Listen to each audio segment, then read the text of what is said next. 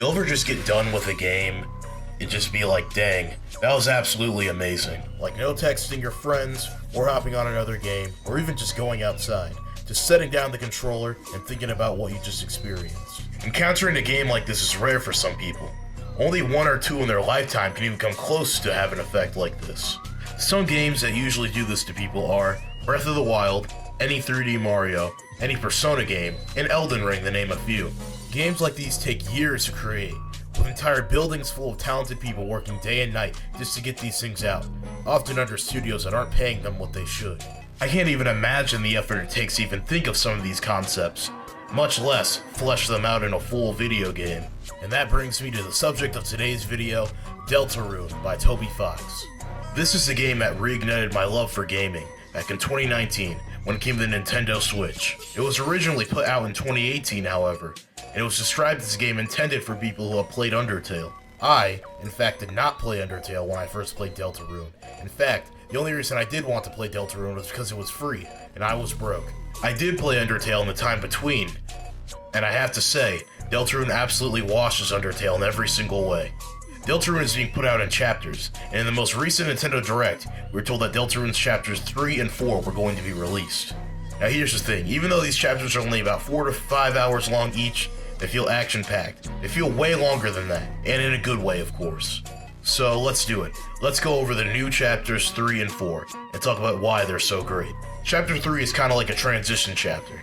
Despite Chapter 2 having a pretty serious ending, revealing that Kris may be the individual responsible for the Dark Fountains, thus being the Roaring Knight, it's pretty chill for the most part. And also, if you don't know, the Roaring Knight is the main villain of Deltarune. You play on a game show with Susie and Ralsei, with these fun mini-games, and you play a video game inside a video game, which is cool.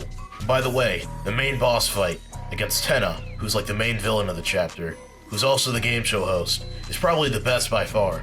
You cycle through these mini-games, which kind of remind me of WarioWare, and if you mess up, you take a lot of damage, which actually ended up killing me a few times. This chapter hits a few funny and emotional notes, like revealing that Ralsei can never leave the Dark World, and Susie comforting her was nice to see. But then, just as things seem to settle down, after defeating Tenna and befriending him, the Roaring Knight, who is again the main antagonist, appears and kills him, which is the first death of a character that the player could not avoid. You then fight the Roaring Knight. Now this can go two ways. One, you can be like me and lose in the first 4 seconds, or two, you can beat him and earn a Shadow Crystal. Now there are a lot of theories on what the Shadow Crystals are. Personally, I think they're fragments of something living, like when you get all the fragments you're gonna fight some sort of secret final boss, but that's just me.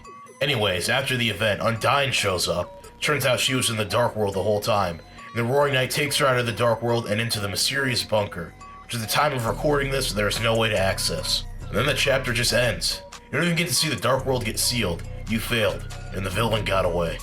I call this a transition chapter, because it seems that the game is becoming more story-focused before, and it seemed the game relished in the fact that things would not cross over from chapter to chapter, but it seemed that's going away. So like most players, it begins with you sealing the Dark Fountain of the previous chapter. Something of note is I like the little subversion of starting a chapter with an action that usually ends a chapter. Your main goal of the story now is to rescue Undyne from the Roaring Knight.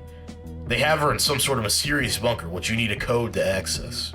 To access the bunker, you need to go to your classmate Noelle's house, who is the daughter of the mayor, who may have the code somewhere. And then, here's where things get really interesting. Depending on your actions in the other chapters, the visit to her house can go radically different. As you all probably know, Noelle enters the Dark World in Chapter 2, and you can choose to manipulate her to do some pretty messed up things, and this has been referred to the Weird Route by the fanbase. But at her house, you can choose to remind her that it's not a dream, and you can seemingly read her mind as well. We don't know what Kris ends up doing to Noelle. We see a red dot on the screen in an ominous tone. This is very messed up and comes out of nowhere. It seems like this is a game telling you that you are no longer able to get out of the Weird Route, and you're locked into it.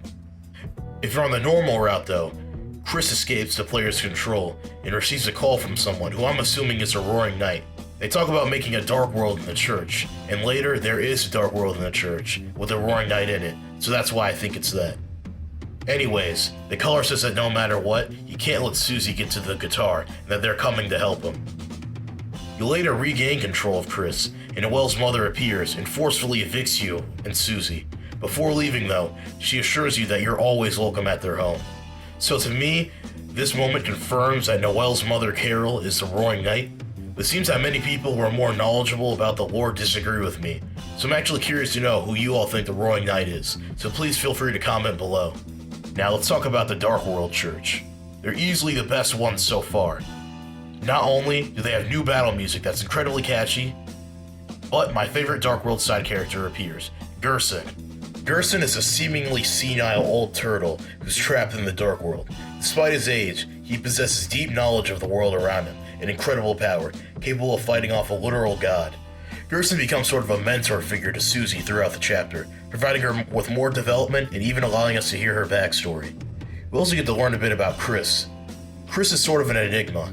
Even though we control and play as him, his interests are directly opposite to ours. It seems he's a villain who wants the world to be destroyed, just like the Roaring Knight. Speaking of the Roaring Knight, you never actually get to fight him, but he does summon a Titan, a godlike being with world-destroying power. Fighting the Titan is very fun. He's very strong and has a shield that blocks all damage, so you must use your soul to destroy it. The Titan begins to heal himself rapidly. It seems like you may lose no matter what, until Gerson comes and gives you the strength to fight again. You eventually jump inside the Titan with Susie to seal it in one of the coolest moments of the game. You eventually seal the Dark Fountain, and that's it. Arriving home, you see Toriel and Sans dancing while drunk as hell. At the end of the game, Kris is trying to sleep, while the dancing is keeping him up. Seems that he's back in control, and receives a call from the Roaring Knight, saying not to forget his promise. Just like that, the chapter ends. I can definitely say that chapters 3 and 4 were worth the wait. The way the combat and the gameplay comes together just creates such a good cohesive experience that you must play for yourself. Deltarune is not only fun, but engaging, and chapter 5 is coming out in 2026, so please be on the lookout for that. So yeah, go buy it now.